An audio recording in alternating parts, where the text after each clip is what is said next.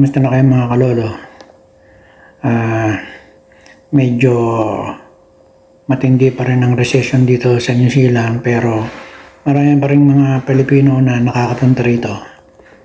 At yung mga agency katulad ng mga YWA, Rensol, at mga September Star,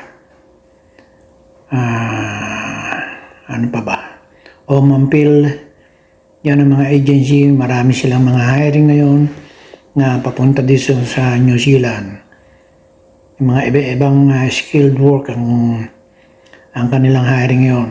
Yung iba, mga finishing carpenter, mayroong granite and benchtop installer at polisher, mayroon ding mga residential painter, structural welder, at yung iba pang klase ng welder, mayroon ding mga agency na nag-hiring sila. Itong Need for Skills at saka itong Eagle Recruitment, may mga hiring din sila. Hanapin nyo lang yung kanilang Facebook page at makikita nyo doon yung mga hiring. At doon naman sa mga ibang agency na andyan sa Pilipinas, checkan nyo lang yung Work Abroad PH. Doon makikita nyo lahat yung mga trabaho na may hiring papunta dito sa New Zealand. Pag punta kayo sa Work Abroad PH, i-click nyo lang yung jobs by country.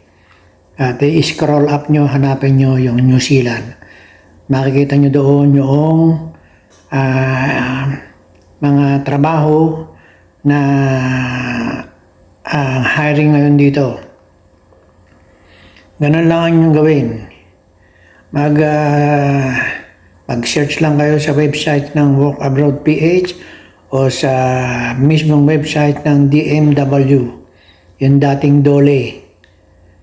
At makikita nyo doon yung mga legit na agency at checkin nyo yung kanilang registration date para malaman nyo kung updated ba yung kanilang registration at saka yung license nitong mga agency na nabanggit ko. At kailangan lang dito sa pag-apply sa New Zealand ay konting tiyaga at mahabang pasensya. Kasi minsan matagal-tagal ang inyong pag-aantay bago kayo matawagan ng agency. Pero kung kompleto naman ang inyong mga papeles at meron kayong experience overseas at NC2 certificate na connected dun sa inyong trabaho na applyan, ay malaki ang chance nyo na ma-hire papunta sa New Zealand.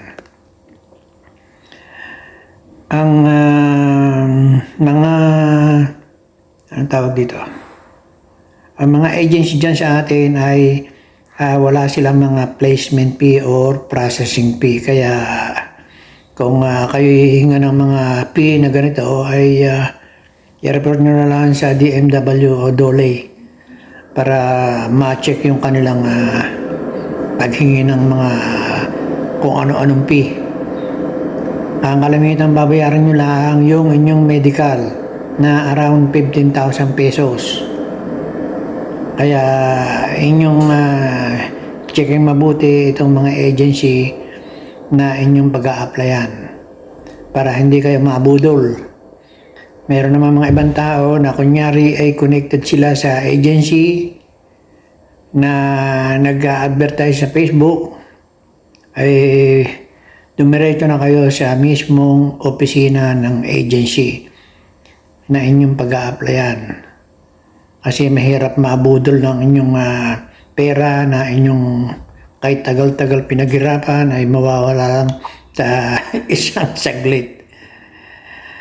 Hanggang dito na lamang at kung bago ka pa sa channel ko ay pakipindot mo na lang yung subscribe button at yung notification bell para ma-updated ka sa aking mga iba pang bagong video na may